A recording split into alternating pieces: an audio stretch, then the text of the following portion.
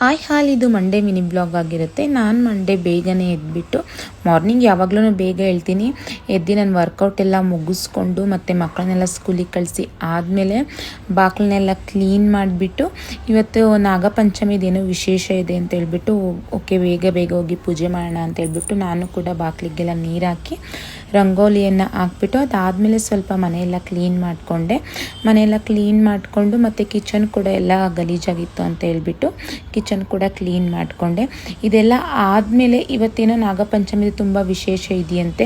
ಅಲ್ಲಿ ಹೋಗಿ ಅದರಲ್ಲೂ ಇವತ್ತು ಮದುವೆ ಆಗದೇ ಇರೋರು ಮತ್ತು ಮಕ್ಕಳು ಆಗದೇ ಇರೋರು ಹೋಗಿ ನಾಗದೇವತೆಗೆ ಹಾಲಿನ ಅಭಿಷೇಕ ಮಾಡಿ ಮತ್ತು ಅದು ತುಪ್ಪದ ದೀಪ ಹಚ್ಚಿದ್ರೆ ಒಳ್ಳೆಯದಾಗುತ್ತೆ. ಇವತ್ತು ನಾವು ಏನು ಅಂದ್ಕೊಂಡಿದ್ರು ಅದು ಸಕ್ಸಸ್ಫುಲ್ ಆಗುತ್ತೆ ಅಂತ ಹೇಳಿಬಿಟ್ಟು ಒಳ್ಳೆ ದಿನ ಇವತ್ತು ಸೋಮವಾರ ಬಂದಿರೋದ್ರಿಂದ ತುಂಬ ಒಳ್ಳೆಯದು ಅಂತ ಹೇಳಿದರು.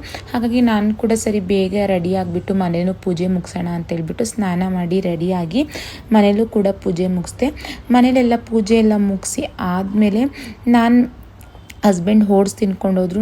ನನಗೆ ಒಂದು ಡ್ರೈ ಫ್ರೂಟ್ ಶೇಕ್ನ ಕೂಡ ಮಾಡಿಕೊಂಡೆ. ಅದಾದಮೇಲೆ ನಾನು ದೇವಸ್ಥಾನಕ್ಕೆ ಹೊರಟೆ. ದೇವಸ್ಥಾನದಲ್ಲಿ ತುಂಬ ಜನ ಕೂಡ ಇದ್ದರು. ಇಲ್ಲಿ ನಮ್ಮ HR ಲೇಔಟಲ್ಲಿರುವಂಥ ಬಸವೇಶ್ವರ ದೇವಸ್ಥಾನಕ್ಕೆ ಹೋದರೆ, ಗಾಯತ್ರಿ ಬಸವೇಶ್ವರ ದೇವಸ್ಥಾನದಲ್ಲಿ ಅಲ್ಲಿ ಎಲ್ಲರೂ ಕೂಡ ಆಲ್ರೆಡಿ ಇವತ್ತು ವಿಶೇಷ ಇರೋದ್ರಿಂದ ಅವರು ಕೂಡ ಬೆಲ್ಲದ ದೀಪ ಮತ್ತು ತುಪ್ಪದ ದೀಪನ ಹಚ್ತಾಯಿದ್ರು. ನಾನು ನಾಗಕಲ್ಗೆ ಹಾಲನ್ನ ಅಭಿಷೇಕ ಮಾಡಿ ನಾನು ಕೂಡ ಬೆಲ್ಲದ